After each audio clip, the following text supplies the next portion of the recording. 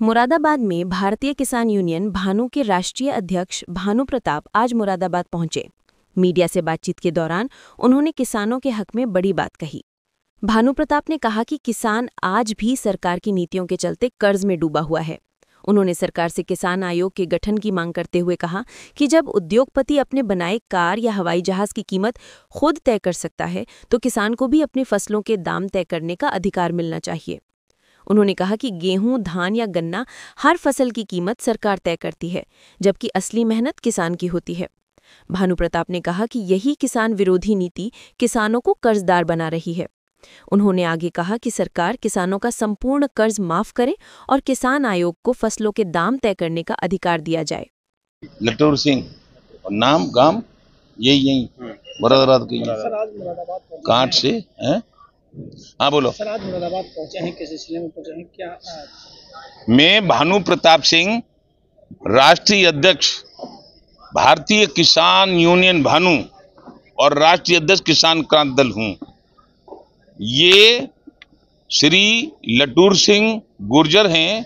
लटूर सिंह गुर्जर, उनकी कौन सा रास्ता है? कांट से करणपुर रोड पे जो इनकी पीडब्ल्यूडी की सड़क बनी है, ये जो शहर का शहरीकरण की जमीन है, वो अरबों रुपए की जमीन इनकी गई है और कई साल हो गई तब से पीडब्ल्यूडी विभाग मुरादाबाद ने इनको लटूर सिंह को मुआवजा नहीं दिया है।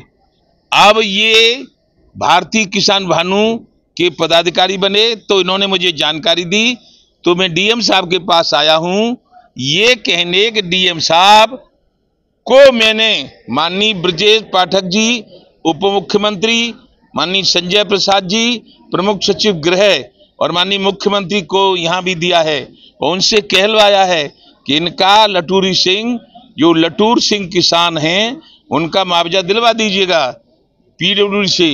तो इसी में आया था, लेकिन आज डीएम साहब नहीं मिले हैं।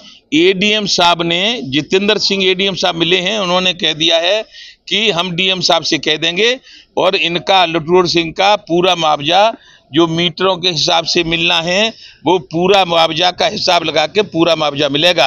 और यदि मुआवजा नहीं मिलेगा तो भानु का महाभारत मुरादाबाद में होगा। मुझे राष्ट्रीय अध्यक्ष कहते हैं और मुझे 45 साल हो गई यही संघर्ष करते करते। हाँ, किसानों की मुद्दों की बात की जाए तो मेरी किसानों के लिए मांग है, किसान आयोग का गठन कर दो। किसान आयोग को फसलों के दाम तय करने का अधिकार दे दो। जिस तरह उद्योगपति कार बनाता है तो कार की कीमत लगाता है, हवाई जहाज बनाता है तो हवाई जहाज की कीमत लगाता है, साइकिल बनाता है तो साइकिल की कीमत लगाता है, हम गेहूं बनाते हैं कीमत सरकार लगाती है, हम धान बनाते हैं कीमत सरकार लगाती है, हम गन्ना लगाते हैं बनाते हैं और कीमत सरकार लगाती है। क्या पता है सरकार को कितनी लागत आती है?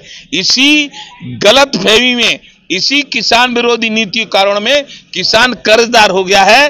तो संपूर्ण कर्जे को माफ करो। 1 करोड़ रुपया किसान को मर जाए तो मुआवजा, 2 करोड़ पुलिस खत्म हो जाए तो मुआवजा।